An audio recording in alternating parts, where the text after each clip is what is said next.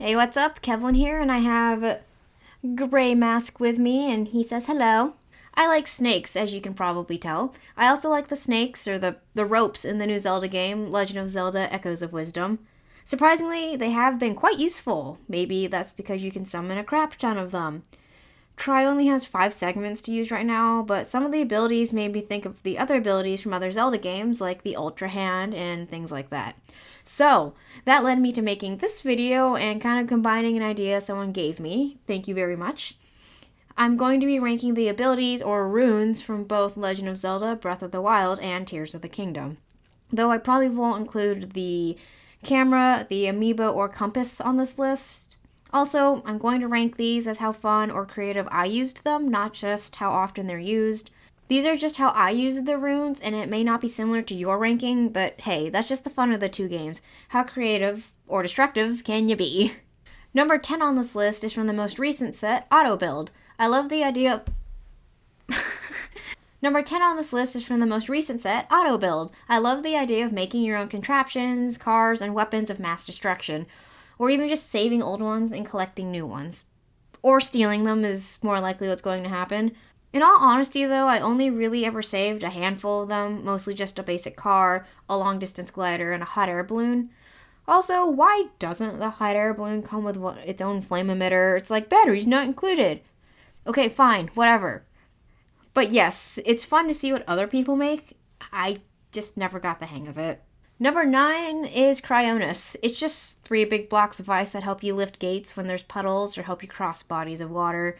It basically only works near water. Now, is it made of water?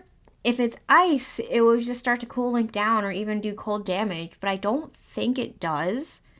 If it's just like a large ice cube, wouldn't it start melting in cooler or room temperature waters? Warmer or room temperature waters, sorry.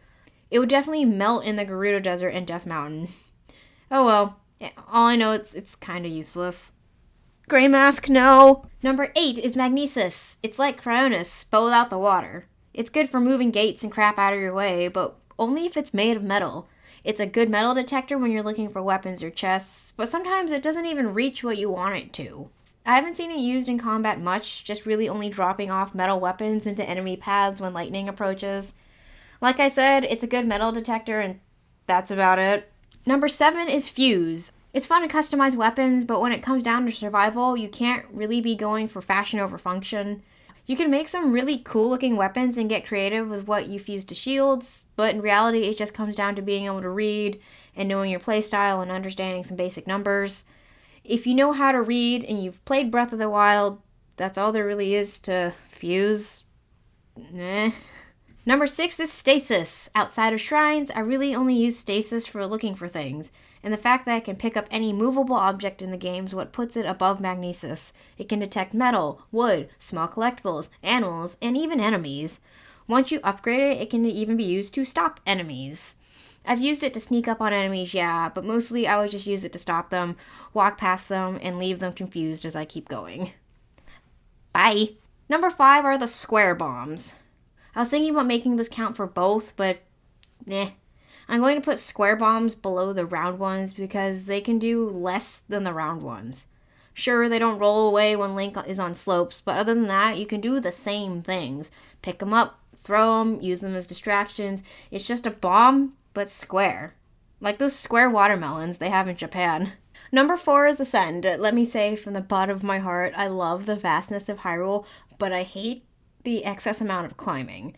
They took Revali's Gale away and left us with the horizontal version, which is really only good for exploring the depths, so with that gone, Ascend is a great tool to have. Once you find that little wedge that lets you go through, you hardly have to climb. It's also handy to escape when you find yourself between a rock and a hard space. I'm looking at you, early game gloom hands.